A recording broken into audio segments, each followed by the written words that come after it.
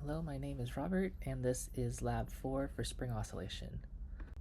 So the purpose of this lab was to examine the spring mass system as it's swinging back and forth and oscillating up and down. For this, we did use a physical model of a spring mass system and then use Tracker to estimate its position and velocity. And we found in the results that the experimental values closely matched the computational model we designed. So the fundamental principles for this lab included the energy principle of delta E is equal to the work of the surroundings. We use kinetic energy, the potential gravitational energy close to the surface of the Earth, and the potential for spring energy.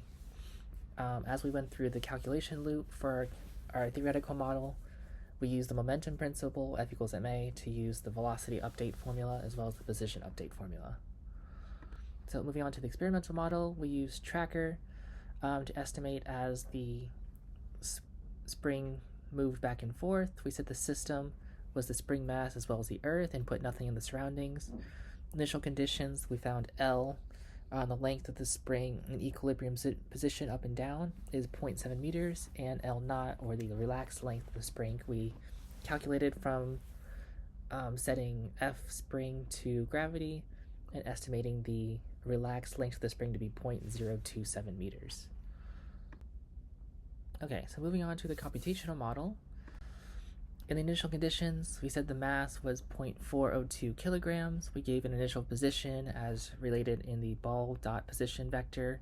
Initial velocity was 0 since it was released from rest.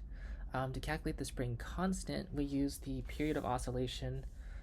We could pick from either the x or y. We found that they were approximately equal. I went with the x coordinates, and using the oscillation equation, I found that Ks would have been equal to 4 pi squared times mass over t squared, or the period of oscillation, and found that Ks is 5.85. And then the L0, as we said before for experimental, was set from equal F spring to F grav, and the relaxed length of the spring was 0.02 meters. And then the energy equations were used to find the system energies.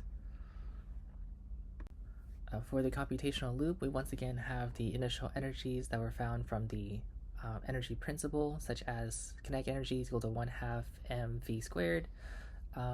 Potential energy of gravity near the surface of the Earth is mgy, and potential spring is 1/2 spring constant times s squared.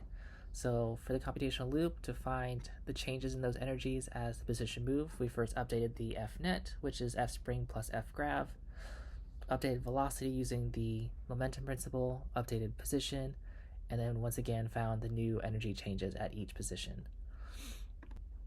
For the results, we found that the energy principle is satisfied since our delta E, the orange line here, is completely flat at 0, and we see that it is balancing between the spring's potential energy and kinetic energy with the changes in gravity as it oscillates back and forth.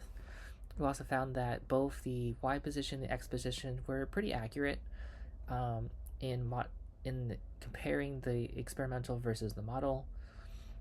It was only off by a slight phase shift, probably from whatever the initial position actually was. So potential errors, just finding the initial starting position would probably fix the phase shift.